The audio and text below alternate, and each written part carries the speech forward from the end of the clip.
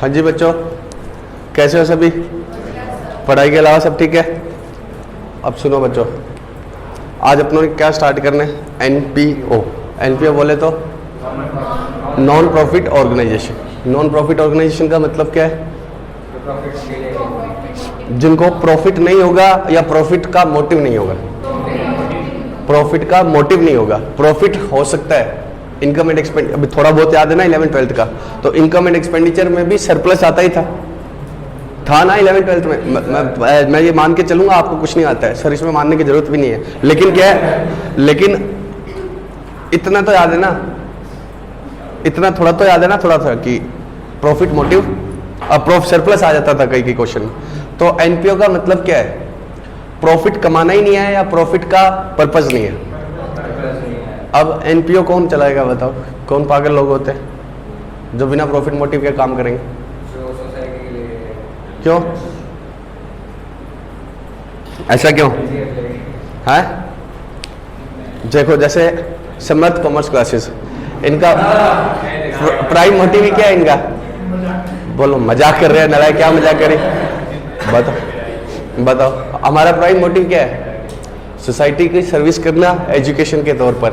लेकिन क्या है, इस दौरान अगर कुछ क्या है सब्सक्रिप्शन आ जाता है तो हमारी क्या गलती है? ठीक है, अब सुनो प्लीज बात को, समझना ध्यान से। देखो सुनो मेरी बात को, आप भी एनपीओ बना सकते हो। एनपीओ में सामने वाले से रुपए लेने में कोई मनाही नहीं है। मैं इस कोचिंग को एनपीओ बना सकता हूं और उसके बावजूद भी मैं क्या ले सकता हूं? आप लोगों से फीस ले सकता हूं। ऐसा नहीं है कि नॉन प्रॉफिट ऑर्गेनाइजेशन अपने जो भी सर्विस रेंडर कर रहा है उसके बदले में कुछ भी चार्ज नहीं करेगा। तो सर फिर तो आप बना लो। अच्छा बना लूंगा, अच्छा फायदा क्या?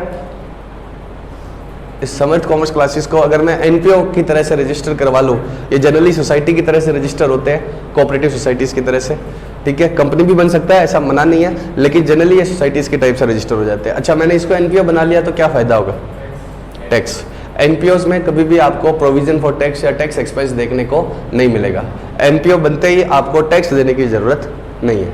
नॉन प्रॉफिट ऑर्गेनाइजेशन अपने आप को बना लेने से आपको टैक्स देने की जरूरत नहीं है। तो सर फिर बना लो आप, फीस आप कह रहे हो, फीस लेने के बावजूद भी आप क्या कर सकते हो? एनपीओ बना सकते हो तो बना लो, कम से कम टैक्स तो बचेगा नहीं। इसमें सबसे बड़ी कंडीशन क्या होती है एनपीओ में? जो भी सरप्लस आएगा वो वापस उसी कोज में लगा दिया जाएगा। उसी कोज में मतलब मैंने एजुकेशन के कोर्स के लिए मान लो एनपीओ बनाया, तो अब आप लोगों की फीस आई, फैकल्टीज पेमेंट हो गई, रेंट हो गया, जो भी एक्सपेंस जाने थे वो चले गए। अब उसके बाद क्या होगा? कुछ बच गया, वो मेरे घर पे नहीं जा सकता, वो मेरे घर पर नहीं जा सकता, मैं ड्राइंग्स नहीं कर सकता। जो भी बच गया वो अगली बार वापस किसके लिए लगाना होगा? स्टूडेंट के वेलफेयर में ही लगाना होगा। तो आपकी ड्राइंग्स बंद, मतलब जो भी कमाया आपने वो वापस किस में लगेगा? उसी कोज में जिस कोज के लिए आपने रजिस्टर करवाया। कोज कुछ भी हो सकता है, जरूरी नहीं है कि कोज एजुकेशन ही हो, ठीक है। कोज क्या हो सकता है? पोल्यूशन कंट्रोल के लिए लोग क्या बनाते हैं? एनपीओ। वाटर कंजर्वेशन के लिए क्या बनाते हैं? एनपीओ। क्लब्स बनाए जाते हैं, अभी क्लब्स का मैं अलग सिस्टम बताऊंगा तुम्हें, ठीक है। समझ में आ गई बात? तो एनपीओ क्यों बनाते हैं लोग? टैक्स बचाने के लिए, ठीक है। और दूसरी तरफ क्या है? फायदा क्या है एनपीओ बनाने का? टैक्स नहीं लगेगा, लेकिन ड्रॉबैक क्या है? आप अब इसमें से कुछ भी घर पर नहीं ले जा सकते, ठीक है। तो समर्थ कॉमर्स क्लासेस में घर पे कुछ जाता ही नहीं है। जो भी बचता है वो क्या होता है? वापस तुम्हारे ऊपर ही लग रहा है। जो बच्चा 11th-12th पढ़े हैं उनको पता है जब तुम 11th में आए थे तब यहाँ क्या था और अब क्या हो गया, ठीक है। तो अब तुम समझ रहे हो ना, जो कुछ भी बच रहा है वो वापस किस में लग रहा है? तुम्हारे लिए लग रहा है ना। तो एनपीओ का मतलब क्या है कि सही बात है ना, बिल्कुल। तो बताओ, तो सारा कुछ किस में लग रहा है? वापस में, ठीक है। लेकिन अब समझो मैं मजाक की बात कर रहा हूँ, मैं यहाँ से ड्राइंग्स करता हूँ, ठीक है। बहुत कम करता हूँ लेकिन ड्राइंग्स करता हूँ, ठीक है। और ड्राइंग्स करता हूँ तो मैं इसको एनपीओ नहीं बना सकता। अगर मैं ड्राइंग्स बंद कर दूँ तो मैं इसको किसकी तरह से रजिस्टर करवा सकता हूँ? एनपीओ की तरह से। और तब भी मैं तुमसे क्या ले सकता हूँ? फीस लेने में कोई, मैं आपको अब थोड़े से आपको उस टाइप के एग्जाम्पल देता हूँ जो आपने देखे हैं, ठीक है। ये बड़े लेवल पर इतने बड़े नहीं है लेकिन आपने देखे होंगे। जैन्स कॉलेज आप सभी जानते हो, जैन स्कूल आप सभी जानते हो भाई, पढ़े चाहे तुम क्या हो, किसी और स्कूल से हो या बाफना स्कूल से भी जो पढ़े हुए हैं, ये सब क्या है? एनपीओ की तरह से रजिस्टर है। बाफना एक चैरिटेबल ट्रस्ट है, ठीक है। जैन भी क्या है? एक ट्रस्ट की तरह से क्या है? रजिस्टर्ड है। ट्रस्ट की तरह से ये रजिस्टर हो रखे। या अपना घर आश्रम देखा तुमने रानी बाजार में, अपना घर आश्रम देखा रानी बाजार में, ये सब क्या है? एनपीओ। ये बड़े ही छोटे लेवल पर है, मतलब बीकानेर के लेवल पर है, ठीक है। मैं लेकिन तुम्हें एक बार फीलिंग आए कि तुमने देखे एनपीओ एक्चुअली। समर्थ क्या है? ट्रस्ट है क्या? नहीं। यहाँ पर क्या है? प्राइवेट लोग, मतलब मैं चला रहा हूँ और मैं पैसा कहाँ ले जाता हूँ? घर पे। लेकिन बाफना स्कूल है या जैन स्कूल है, किसी एक को भी एग्जांपल ले लो, तो इसमें क्या हो रहा है? आप लोग फीस देते हो या नहीं देते? तब भी ये एनपीओ क्यों है? आपकी फीस से जो भी कमाई आती है, टीचर्स वगैरह को सैलरी देने के बाद जो भी बच जाएगा वो किसी के भी घर पे नहीं जाएगा, ट्रस्टीज के घर पर नहीं जाएगा, वो वापस किस में लग जाएगा? चाहे स्कूल की बिल्डिंग को आगे और अच्छा बनाए, या वो 10th तक पढ़ाते थे फिर 11th पढ़ाने लग गए, या क्या किसी भी तरह से वो वापस किस में लगाएंगे? उसी कॉज में लगाएंगे। चाहे प्लेग्राउंड बना दे, चाहे कुछ भी बना दे, लेकिन उसमें सारों को सैलरी देने के बाद जो पैसा रहेगा वो किस में जाएगा? बोलो ना, उसी कॉज में जाएगा, ठीक है। तो सर ऐसा लोग क्यों करते हैं? करते क्यों ऐसा? भाई घर पे नहीं ले जाएंगे, क्यों ऐसे सेल्फलेस, मतलब सेल्फलेस लोग क्यों हैं? वो बहुत होते हैं। तुम बाफना जो तुम बोलते हो, उस स्कूल का पूरा नाम क्या है? सेठ तोलाराम बाफना। तो वो तोलाराम नाम अमर हो गया है, वो शायद मेरे हिसाब से अब रहे भी हैं या नहीं रहे मुझे पता नहीं, लेकिन मरते समय मरते समय जनरली ऐसा होता है। मुझे तोलाराम बाफना का क्या सिंपल मतलब कैसे था मुझे नहीं पता है, लेकिन जनरली जैसे अमिताभ बच्चन है, उसने अपनी विल लिख दी है और उसमें क्या किया उसने? एक बहुत बड़ी अमाउंट किसके लिए दे दी? ट्रस्ट के लिए। अब मान लो कि मैंने अच्छा खासा कमाया, ठीक है। अब मैं मरते समय मेरे पास 10 करोड़ रुपए हैं, ठीक है। 4 करोड़ मैंने अपने बेटे को दे दिए, 4 करोड़ बेटी को दे दिए, 2 करोड़ के लिए मैंने किसको दे दिए? किसी चैरिटेबल ट्रस्ट में दे दिया। उसको कितने रुपए दे दिए? 2 करोड़। अब 2 करोड़ में उसका एजुकेशन चलना स्टार्ट हो जाएगा। 2 करोड़ में तो आराम से कोई स्कूल और वो चलना स्टार्ट हो जाएगा। और आप 2 करोड़ की बिल्डिंग बना लो और ये कर लो। आपको मैंने जिसको दिया है ना, उसको हम क्या बोलते हैं? ट्रस्टी। जिसको दिया है उसको हम क्या बोलते हैं? ट्रस्टी। ट्रस्टी का मतलब जिस पर मैंने ट्रस्ट किया, जिस पर मैंने ट्रस्ट किया। ट्रस्ट मतलब वो एंटिटी होगी, और ट्रस्टी क्या हो गया? उस एंटिटी को मैनेज करने वाले लोग। तो ट्रस्टीज का काम क्या है? उनको उस पूरे को मैनेज करना है। इसके लिए उनको क्या मिल जाएगी? सैलरी मिल जाएगी। इसके लिए उनको क्या मिल जाएगी? सैलरी मिल जाएगी। अब मैंने उनको 2 करोड़ दिए, ठीक है। फिर उन्होंने एजुकेशन मतलब एजुकेशनल लाइब्रेरी भी खोल सकते हैं, कुछ भी हो सकता है वो, ठीक है, जो आपका इच्छा है, मतलब आप चाहते हो। उसके बाद वो क्या करेंगे? बोलो, एजुकेशन के लिए काम स्टार्ट करेंगे। बच्चों की फीस आएगी उसमें से, और 2 करोड़ उनके पास ऑलरेडी कॉर्पस का पड़ा हुआ है पहले से, उसमें वो क्या करेंगे? टीचर्स को देंगे, इलेक्ट्रिसिटी बिल सब कुछ पे करने के बाद, ट्रस्टीज की सैलरी लेने के बाद भी जो बच गया वो क्या होता रहेगा? उस ट्रस्ट में ही क्या होता रहेगा? एक्यूमुलेट होता रहेगा। अब ट्रस्टीज की सैलरी मैंने फिक्स कर दी कि आप इससे ज़्यादा नहीं लोगे, नहीं तो वो क्या करेंगे? बचा हुआ सैलरी के नाम से ले जाएंगे। तो सैलरी मैंने क्या कर दी? फिक्स। उसके पैरामीटर्स लिख दिए जाते हैं, उसको क्या बोलते हैं? बायलॉस। ट्रस्ट के क्या बोलते हैं? बायलॉस। बायलॉस का मतलब ट्रस्टीज की सैलरी ये रहेगी, इतनी इतनी बढ़ेगी, ट्रस्टीज का रिमूवल ऐसे होगा, अपॉइंटमेंट ऐसे होगा। अब मान लो कि मैंने इसको सिमी को क्या बना दिया? ट्रस्टी बना दिया। अब सिमी के इंटेंशंस क्या है? खराब है। खराब का मतलब क्या है? पैसा बनाने की सोच रही है बीच में, ठीक है। अपने लोगों को क्या कर रही है? टीचर रख रही है। भाई एजुकेशनल इंस्टीट्यूशन है तो टीचर कौन से लोग रहने चाहिए? जो एक्चुअल में बच्चों को अच्छा पढ़ाने वाले लोग हैं। तो अब ये क्या कर रही है? अपने रिश्तेदारों को कर रही है। तो उसमें बायलॉज में लिख दिया जाता है कि ट्रस्टीज के रिलेटिव कभी भी क्या नहीं बनेंगे? टीचर नहीं बनेंगे। अब अपनी अपनी मेरी मर्जी है, मैं लिख जाऊं मैं ना लिखूं। हर ट्रस्ट के अपने अपने क्या होते हैं? बायलॉज होते हैं, ताकि वो अच्छे तरीके से चलता रहे।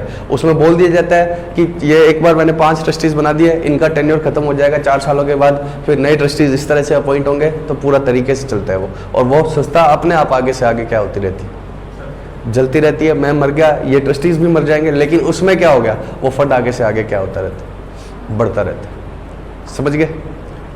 अब अगर ये अच्छा काम कर रहे होते हैं, अगर क्या होता है? अच्छा काम कर रहे होते हैं, तो इनको लोग क्या देने लग जाते हैं? डोनेशंस भी। तो एनपीओ की एक इनकम का सोर्स और क्या हो जाता है? एक तो मैंने शुरू में पैसा लगा के कर ही दिया। जनरली मरते समय लोग क्या बना जाते हैं? एक ट्रस्ट बना जाते हैं, एनपीओ बना जाते हैं। अब अगर अच्छा काम होता है, लोगों को एक बात बताऊं मैं तुम्हें, आप चाहे कितने भी लालची हो, कुछ भी हो, अगर मैं आपको बोलूं कि एक बिल्कुल सोशल कॉज है, कोई आदमी सड़क पर मर रहा है, उसको हमने बचाना है, ठीक है, आप जितना दे सकते हो दे दो। तो आपके पास जो होगा आप दे दोगे, ठीक है। लेकिन आपको क्या दिखना चाहिए?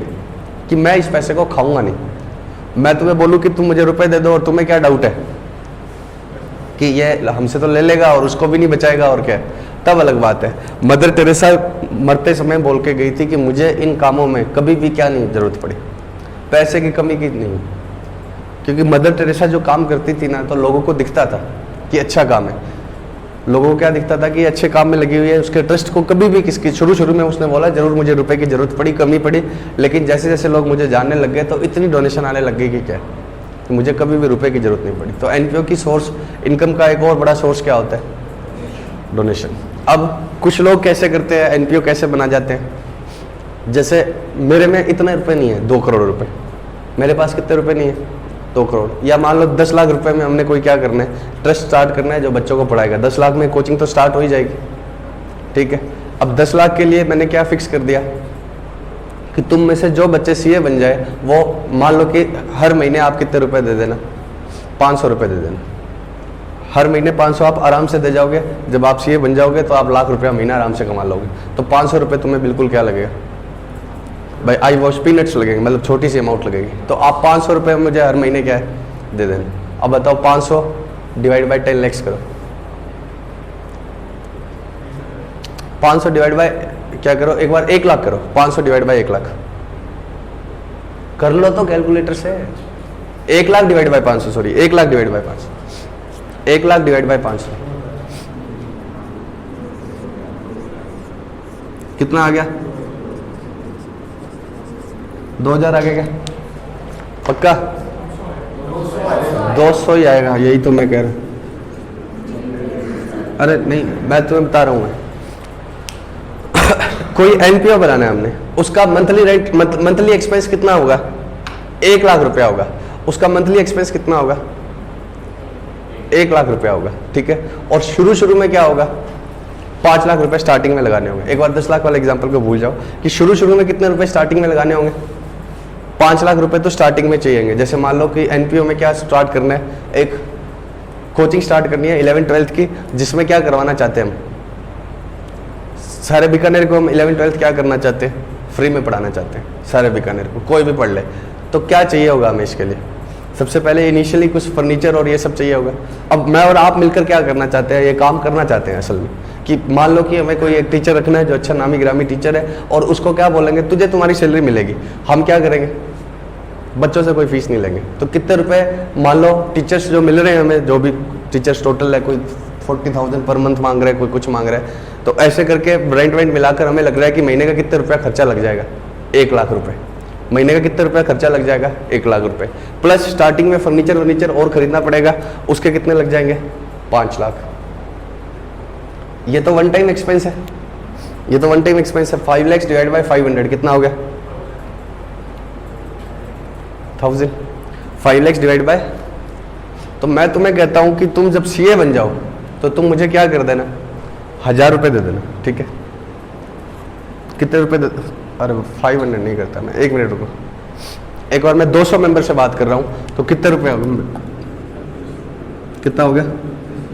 2500। मैं तुम्हें क्या कहता हूं, तुम 200 सीए बन गए, ठीक है, 200 बच्चे तो सीए बन ही जाएंगे, बोलो। तो मैं क्या बोलता हूं कि तुम 200 स्टूडेंट्स मुझे क्या दे देना, सीए बनते ही कितने रुपए दे देना? 2500 रुपए। कितने रुपए दे देना? 2500 रुपए। और उसके बाद में हर महीने 200 बच्चे कितने रुपए दे दे तो चल जाएगा? 500 रुपए। और तुम दे पाओगे या नहीं? बड़े आराम से 200 बच्चे 500 रुपए। और उसके बाद क्या होगा, तुम इस बीकानेर का सारा हक अदा कर दोगे, ठीक है। जहाँ से तुमने उठे हो, सब कुछ करे हो, वहाँ पर कॉमर्स की एजुकेशन क्या हो जाएगी? Completely free. कैसे हो जाएगी बताओ? 200 लोगों को, सेम मेंटेलिटी के लोगों को मिलना है, ठीक है। मैं ट्रस्ट बना रहा हूँ, 200 बच्चे मैंने जो सीए बन गए उनसे मैं बात करता हूँ कि आप मुझे कितने रुपए इनिशियली दे दो? 2500। कोई दिक्कत की बात नहीं होगी सीए बनने के बाद, तो 2500 रुपये ये दे दो। और उसके बाद में हर महीने कितने देते रहना? 500 रुपये। आप लाख रुपया महीना कमाते हो, 2 लाख कमाते हो, उसमें से अगर 500 रुपये दे दोगे तो कोई दिक्कत नहीं। और हमारा एनपीओ चलता रहेगा। कैसे चलता रहेगा बोलो ना? कितने रुपए आ गए हमारे पास? 2500 इंटू 200, 5 लाख आ गए। हमने उसमें क्या कर लिए, एसी चेयर वेयर जो जरूरत थी। और उसके बाद में क्या हुआ, ये 500 हर मेंबर कितने देता रहेगा? 500 देता रहेगा, तो क्या होगा? वो 1 लाख आ जाएगा, जिसमें हम मंथली किन लोगों को रख पाएंगे, टीचर्स और ये सब, ठीक। तो एनपीओ ऐसे भी बनते हैं। अब जैसे अमिताभ बच्चन जैसे लोग हैं, क्या हुआ, नहीं समझ में आई क्या बात? अमिताभ बच्चन जैसे लोग हैं वो तो क्या कर देंगे, अकेले अपने नाम से ही बना देंगे। जैसे कोई सेठ तोलाराम बाफना, कोई पैसे वाला इंसान था जिसने क्या कर दिया, अकेले ने ही क्या कर दिया, सारा कर दिया। जब अकेले नहीं होते तो कैसे करते हैं लोग, इस टाइप से। मंजूर है क्या तुम्हें? पक्का सीए बनने के बाद? पक्की बात है? अरे 2500 तो अभी दे दो तुम। अब सुनो सीए बनने के बाद, अब सुनो, लेकिन अरे सुनो बात को, लेकिन समझो, मेरे को कोई एनपीओ नहीं बनना, लेकिन मैं बात कर रहा हूँ कि कुछ लोग ऐसे भी स्टार्ट कर लेते हैं, ठीक है। अब ये हमने ट्रस्ट बना लिया और ये कर लिया। अब जो हमें मंथली देना होता है, उस अमाउंट को हम क्या बोल देते हैं, सब्सक्रिप्शन। उस जो हमें मंथली देना होता है, इसको हम क्या बोल देते हैं, सब्सक्रिप्शन, ठीक है। और इसको हम क्या बोलते हैं, बोलो, एंट्रेंस फीस। इसको हम क्या बोल देते हैं, एंट्रेंस फीस, कि आपको हमारे साथ एंटर होना है। अब होता क्या है पता है, मैं तुम्हें बताऊं, ऐसे बहुत सारे मैंने 2 लोग देखे हैं, या मैं भी उनमें जुड़ा हूं। देखो, मैं अकेला एनपीओ चला सकता हूँ क्या? नहीं, इतनी मेरी कमाई नहीं है कि क्या है, लेकिन कोई मुझसे इस टाइप का प्रोजेक्ट लाए तो मैं आराम से गया तैयार हूँ। तो मैंने ऐसे बहुत सारे ऐसे प्रोजेक्ट्स में मैं अपनी इच्छा से जुड़ा। अपनी इच्छा से मतलब सामने वाले ने बोला हमारा तो ऐसे ऐसे चलता है, ठीक है, और हमें रुपए की भी जरूरत नहीं है। क्यों नहीं है? क्योंकि उनका इस तरह से सिस्टम चल रहा है। उनके 200 लोग थे और अपना चला रहे थे, ठीक है। 200 लोग नहीं है, वो कितने लोग थे, 50-60 लोग हैं वो सिर्फ, और वो 500 की बजाय क्या देते हैं, थोड़ा ज़्यादा कंट्रीब्यूशन देते हैं, और उनको लाख रुपए महीने की जरूरत भी नहीं होती, लेकिन वो चला रहे हैं कुछ इस टाइप के लोग। तो मैं उनके पास गया कि मुझे भी आप क्या बना लो, मेंबर। वो कहता है हमारा चल रहा है, कोई दिक्कत नहीं है। मैं कहता हूँ क्या है, तुम जो भी सर्विस कर रहे हो वो सर्विस थोड़ी क्या हो जाएगी, एक्स्ट्रा हो जाएगी, लेकिन मुझे भी मेंबर बना लो। तो मेंबर आगे से आगे अपने आप क्या आते हैं, जुड़ते रहते हैं, और एनपीओ वाले जोड़ने की कोशिश भी करते हैं, जिससे क्या हो, हमारा ये प्रोजेक्ट क्या हो, एनलार्ज होता रहे और हम अच्छे से क्या देते रहे, सर्विस, ठीक है। तो मैं फिर से उसका मेंबर बना, तो पहले तो वो मुझसे क्या मांग लेंगे, एंट्रेंस फीस, और फिर मुझसे मंथली क्या मांगते रहेंगे, सब्सक्रिप्शन, ठीक है। तो मैं आपको, अब आपकी इच्छा होगी, मैं आपको कंपेल तो कर नहीं सकता, लेकिन सीए बनने के बाद ऐसे बहुत सारे एनपीओ मिल जाएंगे तुम्हें, बहुत सारे जिनमें आप ये काम कर सकते हो। आपको जरूरत नहीं है अपने लेवल पर सारा क्या करने की। भाई आप रतन टाटा तो हो नहीं, ये कोरोना आया और अचानक से कितने 1500 करोड़ दिया, कितने दिए थे उसने, 1500 करोड़। तो ये लोग तो चलाते ही चलाते हैं। टाटा के तो इतने ट्रस्ट चलते हैं। टाटा के बारे में पता है क्या आपको, क्या टाटा अपनी कंपनी का 60 से 70% हर साल क्या देते हैं, ट्रस्ट में दे देता है, और वो ट्रस्ट आगे किस में देते हैं, चैरिटी। पता है क्या, कितने लोगों को पता है रतन टाटा क्यों फेमस है?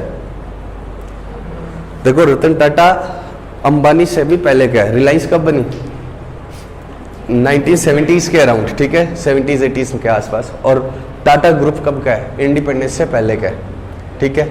लेकिन क्या है, ये किस लिए जाना जाता है, अपने सोशल कोजेस के लिए। मतलब 1500 करोड़, आप कुछ भी बोल दो, कुछ भी कह दो कि इसकी बहुत कमाई है, 1500 करोड़ मायने रखते हैं, चाहे कितनी भी कमाई करने वाला आदमी हो।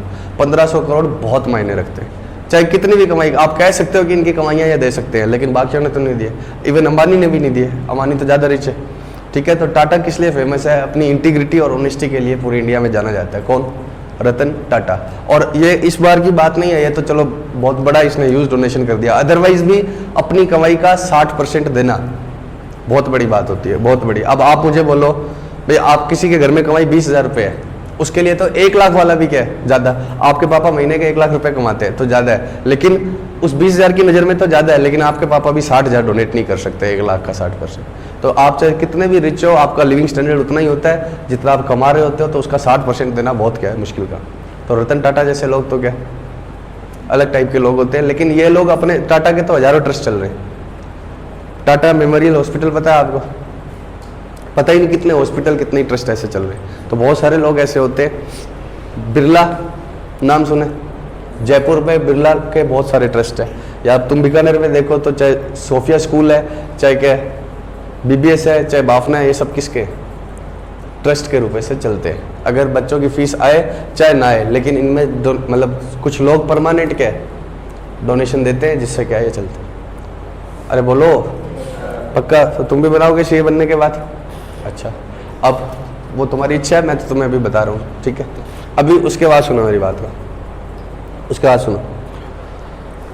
कुछ लोग जिन अपने क्या बना लेते हैं क्लब्स, क्लब्स भी क्या होते हैं एनपीओ। अब क्लब में पर्पस क्या नहीं है, सोशल सर्विस नहीं है। आप लोगों के मन में क्या आ जाता है, नॉन प्रॉफिट ऑर्गेनाइजेशन मतलब सोसाइटी की सर्विस।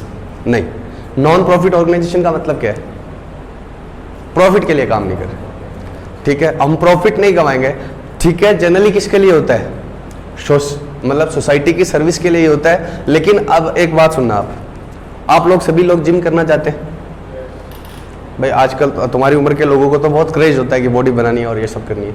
तो मैं तुम्हें बोलता हूँ कि हम सभी क्या करना चाहते हैं, जिम जाना ही चाहते हैं, ठीक है। एक ठीक ठाक जिम में कितने रुपए लग जाते हैं, 2-2.5 हज़ार रुपये महीने का लग जाते हैं ठीक ठाक में। ऐसे तुम बोलो कि मेरे घर के पास में 250 रुपये में होती है तो वो अलग। एक ठीक ठाक जिम में कितने में हो जाते हैं, अरे बोलो, 2-1 हज़ार रुपये लगते हैं। अब मैं तुम्हें क्या बोलता हूँ, यही प्रोजेक्ट लाता हूँ, ठीक है, आपके सामने। आपके कितने रुपए लगते हैं, हर महीने 2.5 हज़ार रुपये लगाते हो आप। मैं कहता हूँ कि इस जिम में इन्वेस्टमेंट कितने का है, मान लो 20 लाख रुपए का क्या है इन्वेस्टमेंट। 200 लोग ले आओ तो क्या होगा, कितना आ गया पर हेड, 10,000। अब आप 2.5 हज़ार रुपया महीना दे रहे हो या 2 हज़ार रुपया महीना दे रहे हो, 20 लाख की इक्विपमेंट है। हम क्या करते हैं, 200 लोग ले जाते हैं अपने हिसाब से, और एक बार कितने रुपए दे दो, 10,000। एक बार कितने रुपए दे दो, 10,000। इससे क्या होगा, तुम्हारे 4 महीने के पैसे एक तरह से एडवांस लग गए। 2.5 हज़ार आप दे रहे थे, 4 महीने के रुपए एक तरह से क्या लग गए, एडवांस लग गए। लेकिन अब जिम तुम्हारी होगी, 20 लाख का सारा सामान किसका हो गया, तुम्हारा हो गया भाई। 10,000 रुपये तुमने 4 महीने के एक साथ दिए, लेकिन जिम तो तुम्हारी होगी। अब चाहिए क्या, हर महीने तो सामान को रखोगे क्या, किराया, इलेक्ट्रिसिटी बिल, वो मान लेते हैं कितने, लाख रुपया, तो आगे कितने देना, 500। तो जो आप हर महीने कितने रुपए देने वाले थे, 2500 लाइफ टाइम, मतलब हर महीने देते रहने होंगे जब तक आपको जिम करनी है। बजाय इसके क्या है, एक बार कितने दे दो, 10,000, और बाद में सिर्फ कितने रुपए में काम हो जाएगा, 500 रुपये में। ये किसका बेनिफिट होता है, ग्रुपिंग का। देखो मेरी बात सुनो, तुम्हारे हर घर में कितने रुपए का राशन आता है, 10,000 रुपये का राशन आता है। एवरेज मान लो 10,000 रुपये का राशन आता है, और तुम 30 बच्चे हो तो कितना हो जाएगा, 3 लाख रुपया। अब तुम इकट्ठे कर लो ये 3 लाख रुपए, और किसके पास जाओ, राशन वाले के पास जाओ, तो वो तुम्हें कितने रुपए का सामान देगा, 4 लाख का भी दे देगा। यूज उसकी पूरी दुकान की जितना तो तुमने ऑर्डर दे दिया उसको, सस्ता मिल जाएगा या नहीं। तो 3 लाख में तुम्हें तो ग्रुप बना के, तुम अपनी बात ही कर लो, हर बच्चा हमें कितने रुपए दे रहा है, 17,000। अब मुझे फाइनली तो पता नहीं, ग्रुप में तो 100 से ज़्यादा है, अब ये मेरे को पता नहीं है कितने, लेकिन ग्रुप में किससे ज़्यादा है, 100 से ज़्यादा है। तो 17,000 × 100 कितना हो गया, 17 लाख। 17 लाख रुपए अगर आप हमें बोलते ना, तो आपके घर पे आके पढ़ाते, सारे इकट्ठे हो जाते हैं ना और कहते हैं कि 17 लाख रुपए देंगे, तो हम चारों आपके घर आके पढ़ाते। समझ रहे हो ना, क्यों नहीं आते। 17 लाख अगर चारों में बढ़ जाते हैं, हमारे 4-4 लाख रुपए भी आते हैं। 6 महीनों के 4 लाख रुपए क्या बुरे हैं, 1-1.5 घंटे के। मैं कोई दिन भर थोड़ी पढ़ा रहा हूँ तुम्हें भाई। चारों टीचर हम कितने रुपए बांटते, 4-4 लाख रुपए बांटते हैं। तो 6 महीनों 4 लाख डिवाइड बाय 6 करो, कितना हो,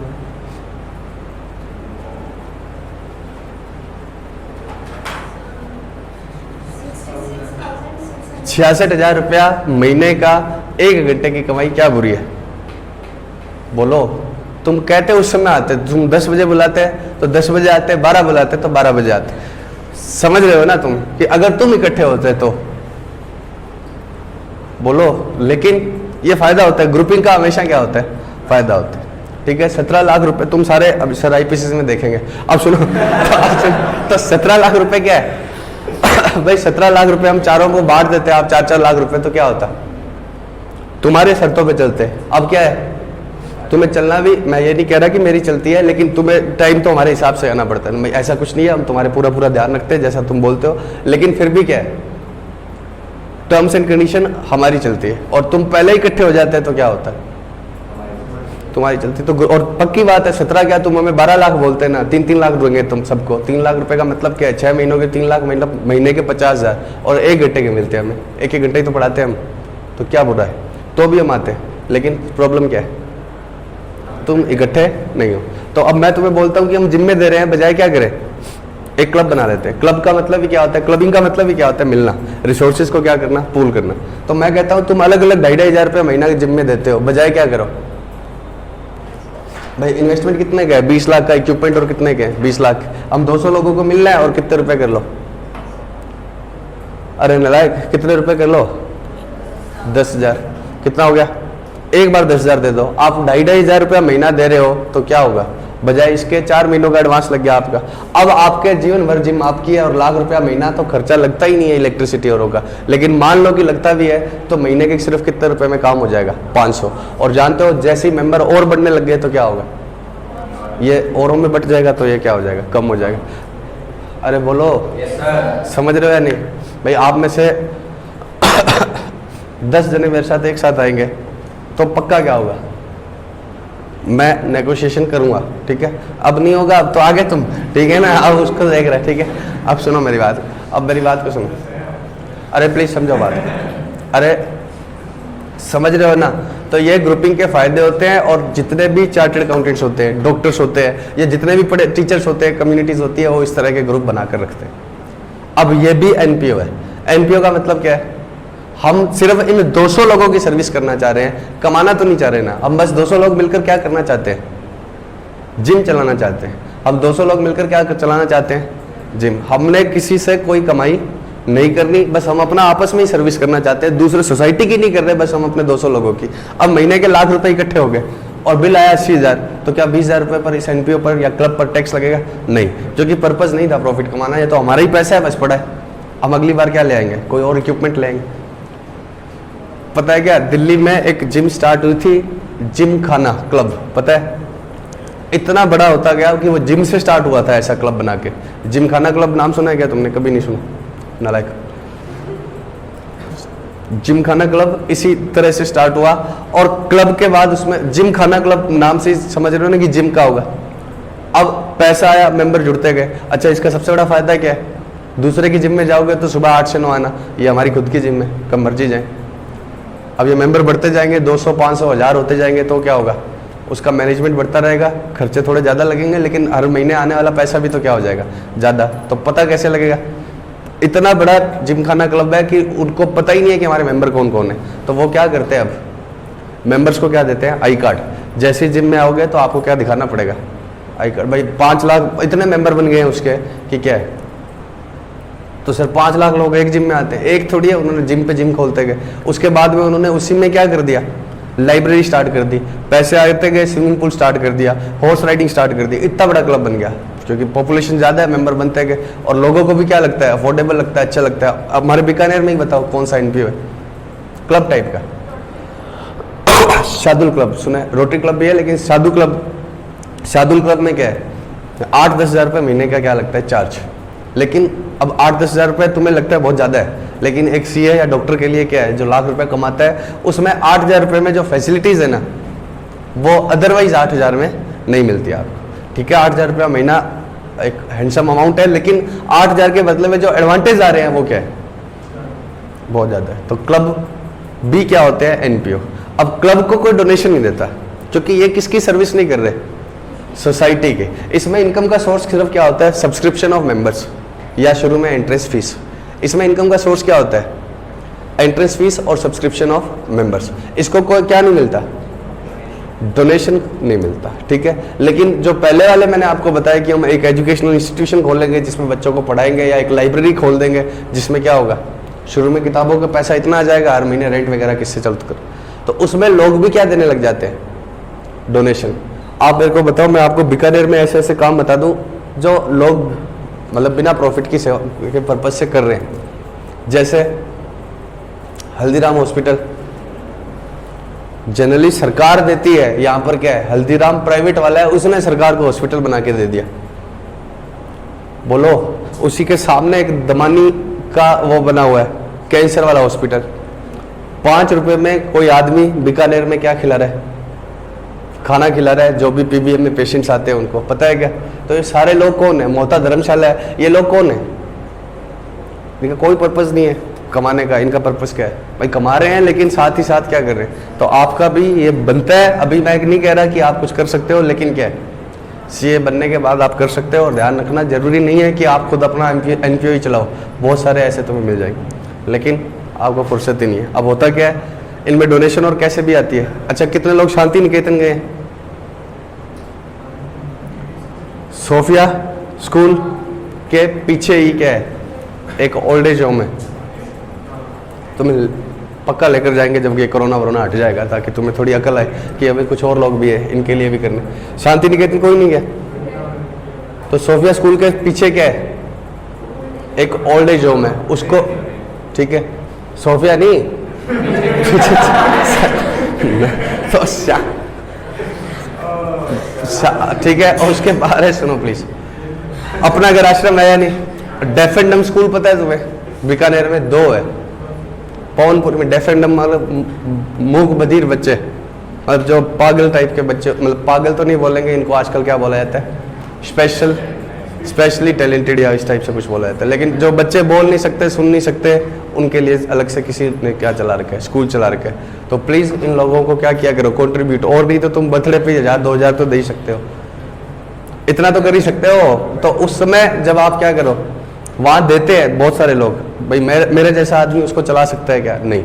लेकिन मैं कोई जन्मदिन है या कुछ है तो मैं 2-5 हज़ार रुपये क्या वहाँ दे आता हूँ। तो उनके लिए वो क्या होगी, डोनेशन या चैरिटी।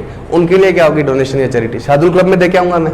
नहीं। क्यों? वो तो अपने मेंबर का कर रहे हैं। तो क्लब वालों को क्या नहीं होता, डोनेशन चैरिटी नहीं आती। अब हमारा क्वेश्चन क्या आता है एग्जाम में, उसको सारी चीज़ें पूछनी है, तो वो क्लब में भी क्या दे देगा, डोनेशन। क्योंकि अब ऐसे थोड़ी है कि इस बार मैंने क्लब का पूछ लिया तो मैं डोनेशन पूछूंगा ही नहीं बच्चे से, उसको तो टेस्ट करना है ना पूरा, उसको पूरा टेस्ट करना है। तो वो सारा कुछ क्या कर देता है, इधर गिर जाते हैं लोग इस तरफ से। क्लब में क्या करते हैं, बोलो? डोनेशन नहीं आते क्लब में, सिर्फ क्या आता है, मेंबर्स के कंट्रीब्यूशन से ही चलता है। और जो सोशल कोज में लगे हुए एनपीओज है वो क्या है, उनमें डोनेशन भी आती रहती है और ये भी। अब देखो, आपने और मिलके मैंने बना लिया कि हमारा स्कूल रुकेगा तो है नहीं, हम 200 मेंबर है, ये तो देते रहेंगे। लेकिन बीच बीच में दूसरे लोग जिनको लगता है कि हम पर मंथ वाला नहीं बनना चाहते क्योंकि हमारी इतनी इनकम नहीं है, लेकिन वो अपने बर्थडे पर या जो भी उनके जीवन में कभी अच्छा होता है, सीए का रिजल्ट अच्छा आ गया या कुछ भी अच्छा हो गया, तो वो इधर पैसे दे जाते हैं। तो उनके साथ साथ में बीच में क्या आती रहती है, डोनेशन। समझ गए बात? अब हमें इस सारे की सिस्टम की क्या सीखनी है, अकाउंटिंग। तुम्हें एनपीओ है क्या ये तो समझ में आ गया, अब रटने का काम शुरू है। ठीक है, तुम्हें पता है क्या क्वेश्चन में रहता है ना कि क्या। अब बताओ, सबसे पहले हम किसकी इनकम की बात करेंगे, सब्सक्रिप्शन की इनकम। और रटना उठना कुछ नहीं है, अब ये तो रट लेंगे फटाफट से। आउटस्टैंडिंग ऐड होगा, लेस होगा, क्या होगा, बताओ कैसे याद करते थे? कोआ याद है क्या? क्या इनको याद है, बताओ। चलो, हमें कुछ नहीं रटना है, हमें सिर्फ और सिर्फ समझना है। ठीक है, आप बस ये बता देना। देखो, अब एनपीओ हूं मैं समर्थ मान लो एनपीओ है, ये पीएनएल बनाएंगे क्या? क्यों नहीं? देखो, मेरे शब्द भी क्या होने चाहिए, मेरे आचरण से मैच होने कर चाहिए। मेरा आचरण क्या है, प्रॉफिट नहीं कमाना। और खाता में क्या बनाता हूं, प्रॉफिट एंड लॉस। खाता में क्या बनाऊं, प्रॉफिट एंड लॉस। तो ये तो गलत होगा कि एक तरफ तो मैं क्या कहता हूं कि मुझे प्रॉफिट नहीं कमाना, और अकाउंट में कौन सा बनाऊं, प्रॉफिट एंड लॉस, तो गलत हो जाएगा। इसलिए हम कौन सा अकाउंट बनाते हैं, इनकम एंड एक्सपेंडिचर। बस, कुछ भी नहीं है, नाम बदला है, काम क्या है, पीएनएल वाला ही, सिर्फ नाम बदला है। ठीक है, नाम क्या रख दिया, इनकम एंड एक्सपेंडिचर। इनकम मतलब इनकमिंग जो आया वो एक तरफ लिख लेंगे, एक्सपेंडिचर मतलब जो गया वो एक तरफ लिख लेंगे। ठीक है क्या ये प्रॉफिट एंड लॉस का ही छोटा भाई नहीं है, ये तो सगा जुड़वा भाई है उसका। डिट्टो कैसे बनेगा ये बताओ, ये कैसे बनेगा? डिट्टो उसी तर्ज पर बनेगा जिस तर्ज पर आप क्या बनाते थे, पीएनएल। मतलब करंट ईयर की इनकम और करंट ईयर के एक्सपेंस, चाहे पे किए चाहे नहीं किए, सब इसमें आएंगे। चाहे आगे का आ गया तो वो इसमें नहीं आएगा। तो इनकम एंड एक्सपेंडिचर डिट्टो किस तरह से बनेगा, जैसे फाइनल अकाउंट में हमने कैसे बनाया था, प्रॉफिट एंड लॉस। मतलब मैं इसका नाम क्या रख दूं, इस बार का, याद है ना? इनकम एंड एक्सपेंडिचर का नाम क्या था बच्चों, इस बार। पीएनएल का नाम क्या था, इस बार। अब सुनो, बताओ, income and expenditure account. Income and expenditure का मतलब क्या होगा, इसमें सिर्फ इस बार की चीजें आएगी। इस बार का मतलब क्या है, अगर इस बार मेरा सब्सक्रिप्शन 5 लाख बनता है मिला चाहे मुझे 4.5 है तो भी कितना आएगा 5, मिला चाहे 5.5 है तो भी कितना आएगा 5। ठीक है, तो अब आपको ऐसे साफ साफ तो बताएगा नहीं। देखो करंट ईयर की इनकम कितनी होगी, इनकम कितनी होगी जल्दी बताओ। अगर मेरे पास कितने मेंबर है 500, मेरे पास कितने मेंबर है 500, और एक एक का सब्सक्रिप्शन बताओ मेरे पास कितने मेंबर है, इतना सोचा है ये तो बकवास। 500 मेंबर है और कितने रुपए का सब्सक्रिप्शन है पर मेंबर 200 रुपए। 500 मेंबर है, कितने रुपए का सब्सक्रिप्शन है पर मेंबर 200, तो कितना हो जाएगा इनकम। क्वेश्चन तुम्हें सिंपल साफ साफ बता दे कि आपके पास कितने मेंबर थे 500 मेंबर्स थे, और पर मेंबर सब्सक्रिप्शन कितना है 200 रुपए, तो कितना आ जाएगा 1 लाख। देखो इसमें कुछ स्पेशल इश्यूज है, क्या क्या है, सब्सक्रिप्शंस, डोनेशन, कोई फंड की अकाउंटिंग, तो 4-5 चीजें आएगी फिक्स एसेट्स की अकाउंटिंग। पहले उनको अलग अलग डिस्कस करेंगे और उसको करने के बाद हम क्या करेंगे, पूरे बड़े बड़े क्वेश्चंस। ठीक है, तो आप अभी 2-3 दिन तो क्या नहीं कर पाएंगे, बुक के क्वेश्चन नहीं कर पाएंगे, और उसके बाद में क्या है, मैं तो 1-1 2 कराऊंगा डेली, लेकिन क्या है तुम चाहो तो सारे ही कर सकते हो।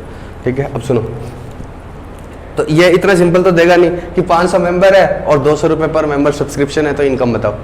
वो आपको कैसे देगा, इतनी रिसीव होगी, इतनी आउटस्टैंडिंग होगी, इतनी क्या होगी प्रीपेड होगी, एडवांस में आ गई, और आपको क्या निकालनी पड़ेगी इनकम। अब मेरी बात को सुन लेना आपको सिर्फ हिंदी में बोलना है, चाहे आप किसके इंग्लिश मीडियम के बच्चे हैं। ठीक है, आपको अपने आप से क्या समझ में आएगा इनकम कितनी है, सिर्फ एक बार उस लाइन को मेरे साथ क्या बोलना है, हिंदी में बोलना है, आप खुद बता दोगे कि कितनी इनकम है।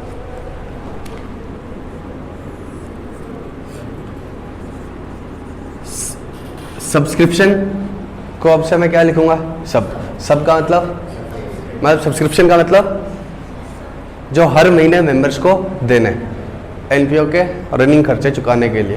ये हर महीने भी हो सकता है और हर साल भी हो सकता है। जनरली एनपीओज में क्या होता है, मंथली होता है, लेकिन आपके क्वेश्चंस में क्या दिया जाता है, एनुअल। ठीक है, आपके क्वेश्चंस में क्या दिया जाता है, एनुअल। अच्छा, थोड़े बड़े एनपीओज बताऊं आपको, जिमखाना के अलावा YMCA नाम सुना है तुमने,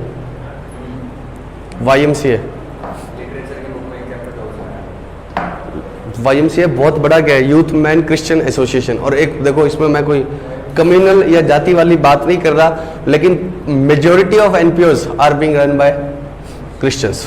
चाहे तुम सोफिया देख लो, चाहे क्या देख लो, BBS देख लो, बाफना मारवाड़ी का होगा, लेकिन ज़्यादातर जो बड़े बड़े एनपीएस चला रहे हैं ना इंडिया में, वो कौन चला रहे हैं, क्रिश्चियंस। इनको फंडिंग कहाँ से आती है, जो बड़े बड़े एनपीओज हैं, बड़े बड़े एनपीओज बाहर से आती है, विदेशों से आती है फंडिंग। और विदेशों के साथ मतलब बोलने में कौन से लोग ठीक रहते हैं, क्रिश्चियन। कारण क्या है, उनकी इंग्लिश हमसे क्या होती है, स्ट्रॉन्ग होती है, और उनको अंग्रेजी समझ में आती है।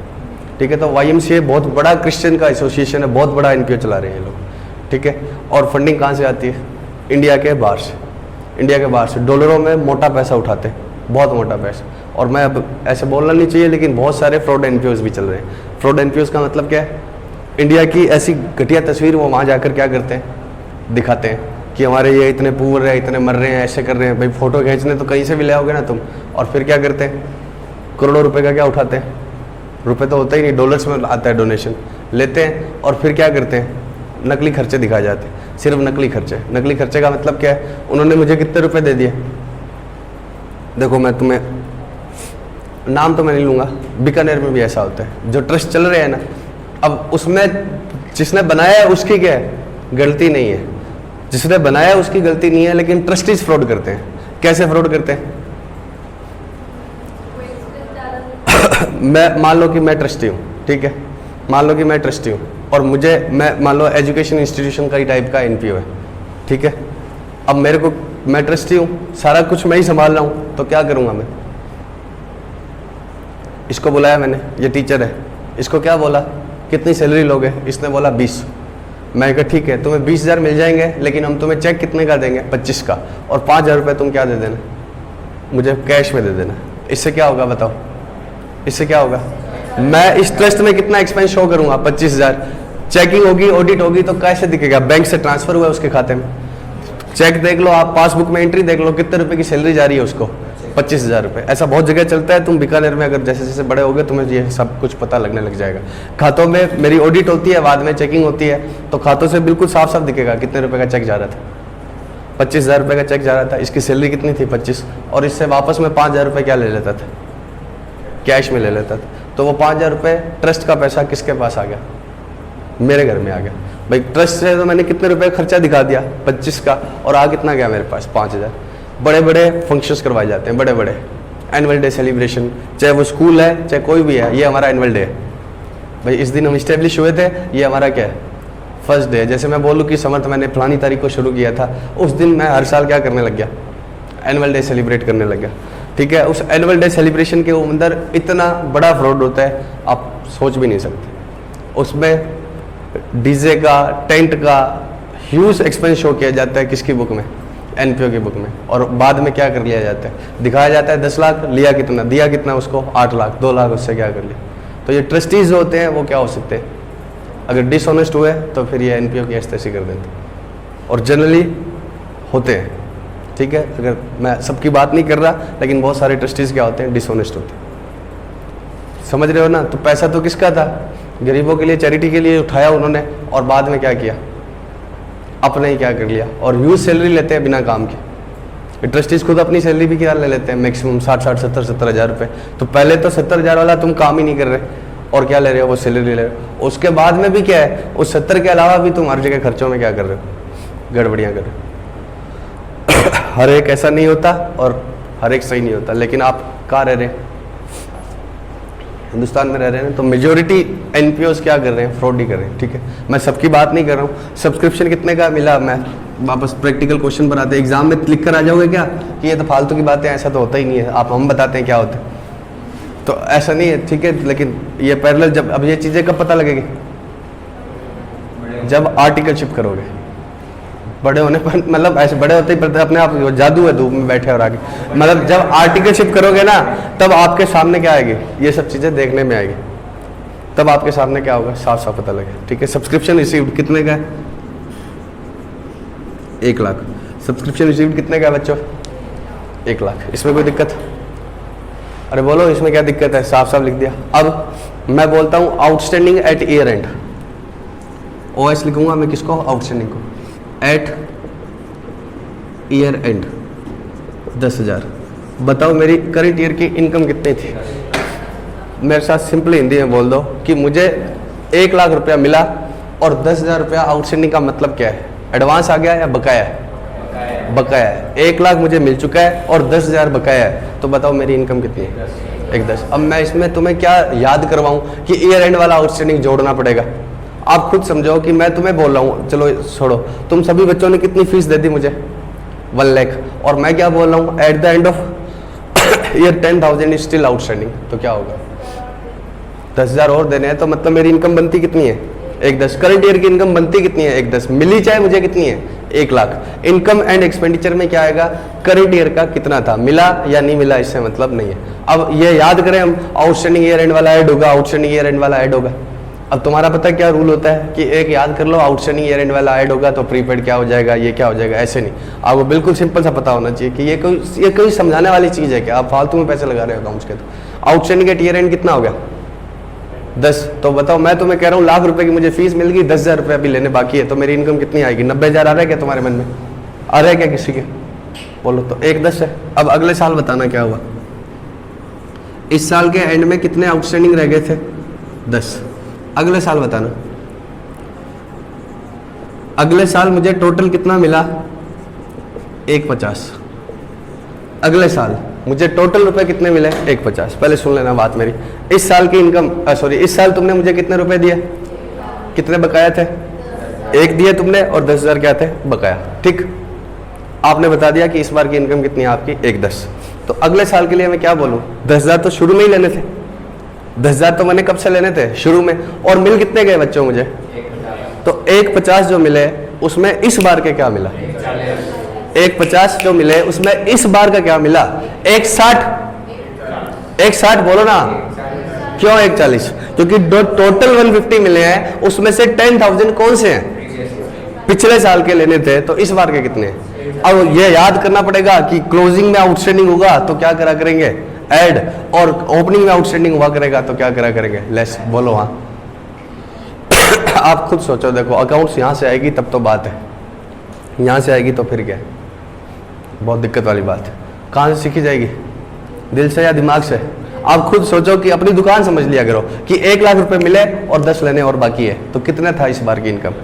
1,10। अब मैं कहता हूँ कि अपने समझ लो तुम्हारा है, ठीक है, समझ लो क्या है तुम्हारा, बस फीस वाले टाइम मत समझना, ठीक है, उसके अलावा समझ तुम्हारा है। तो तुम बोलो, मैं अपने ऐसे समझो कि समर्थ में इस बार कितनी फीस आई? 1,50। उसमें से 10,000 साल के शुरू में ही लेने थे, मतलब ये कौन से आए हैं? इस बार के आए हैं, पिछली बार के। और मैं ढूंढना क्या चाहता हूँ? इस बार के। इनकम का मतलब क्या है? इस बार के कितने रुपए बनते हैं। तो 1,50 में से 10,000 क्या हो जाएंगे? लेस हो जाएंगे। पक्का? अब साल के लास्ट में भी मैं तुम्हें बता रहा हूँ कि कितने अभी बकाया रह गए। 3,000 अभी भी बकाया रह गए। बकाया तो बहुत समझते हो ना, ठीक है, बकाया बोलूँ तो चलेगा या आउटस्टैंडिंग से समझते हो? ठीक है, चलो आउटस्टैंडिंग कितना है एंड में? 3,000। एसयूबी का मतलब क्या रहेगा?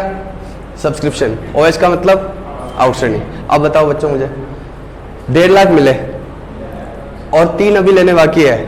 ये नहीं होता तो कितना होता? 153। ये नहीं होता तो क्या होता? 153। और ये 10 क्या है? तो मैं इनकम कैसे निकालूं? अमाउंट रिसीव्ड कितनी है? 1,50,000। अमाउंट रिसीव्ड कितनी है? 1,50। इसमें से क्या माइनस कर दूं बच्चों? Outstanding at beginning. कितना? 10,000। अब मेरे साथ 2-3 बार बोलो प्लीज, 2-3 बार बोलो।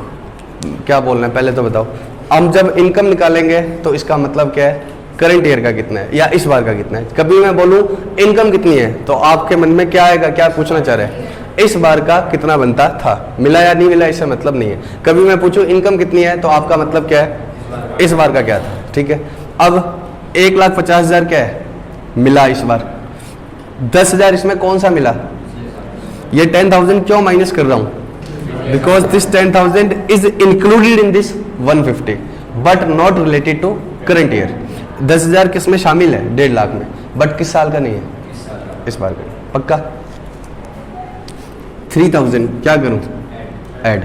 क्यों? आउटस्टैंडिंग एट एंड 3,000, ठीक है। क्यों इस 3,000 को ऐड क्यों कर रहे हैं हम? Because this 3,000 relates to current year but included और not included? Not included in this 150। 1,50,000 रुपए तुमने मुझे टोटल फीस दी, उसमें भी एक बच्चा कह रहा है 3 अभी आपको और दूंगा बाकी है, तो मैं कह रहा हूँ ठीक है 1,50 प्लस 3 मेरी इनकम कितनी होगी? 153। अब जैसे ही मैं 153 बोला तो एक बच्चा क्या बोला कि 10 तो मैंने कौन से दिए थे? पिछली बार वाले दिए थे। 10 तो मैंने कौन से दिए थे? पिछली बार वाले। बताने आई थी क्या? बताते रहो। अभी कर दो तो कर दो, तो क्या है? तो 10 किस कौन से है? 1,50 जो मुझे मिले। अब मान लो कि ये फाउंडेशन का बैच चल रहा है हमारा, मुझे पूरे फाउंडेशन बैच में कितने रुपए मिले? 150। उसमें से 10,000 किसी बच्चे के कौन से बाकी थे? 12th के। 12th के क्या थे बाकी? तो फाउंडेशन की फीस कितनी थी? 140। मैंने बोला 140 इनकम है, लेकिन एक बच्चा क्या बोला कि अभी फाउंडेशन के 3 और दूंगा आपको, तो मेरी इनकम कितनी है? 143। अब मेरे को ये बताइए आप, इसमें क्या मैं याद कराऊं? बताओ, पहले साल की बात कर लो। 1 लाख मिले, 10 लेने बाकी थे, तो मेरी इनकम क्या होनी चाहिए? 1,10। अगली बार क्या बोल रहा हूँ? कितने मिले? 1.5। उसमें से 10 कौन से मिले? पिछले ही। तो इनकम कितनी होगी? 1,40। और 3,000 अभी लेने और बाकी है, तो 1,43 क्या होगी इनकम। अब सुनो, अब मैंने जितनी कोशिश करनी थी कर ली थी, लेकिन लास्ट में मैं आपको क्या बोलूँगा याद रखने के लिए, एक रूल बस याद रखना, COA। COA मतलब कोआ। देखो ये हम बनाते हैं, एक हमारे पास 2 तरह के बच्चे होते हैं, एक तो समझने वाले और एक रटने वाले। तो रटने वालों को आसानी रहे इसलिए क्या बना रहे। कोआ मतलब C for closing, O for outstanding, A for add. तो क्लोजिंग आउटस्टैंडिंग क्या होगा? ऐड होगा, बस ये याद रखना। COA मतलब क्लोजिंग आउटस्टैंडिंग ऐड होगा। तो क्लोजिंग वाला आउटस्टैंडिंग क्या होगा? ऐड। तो ओपनिंग आउटस्टैंडिंग अब आप अपने आप से बना लो, वो क्या होगा? लेस। अगर क्लोजिंग आउटस्टैंडिंग ऐड होगा, इतना समझ ही जाते हो, तो ओपनिंग आउटस्टैंडिंग क्या होगा? लेस। पक्का? अरे बोलो, पक्की बात है।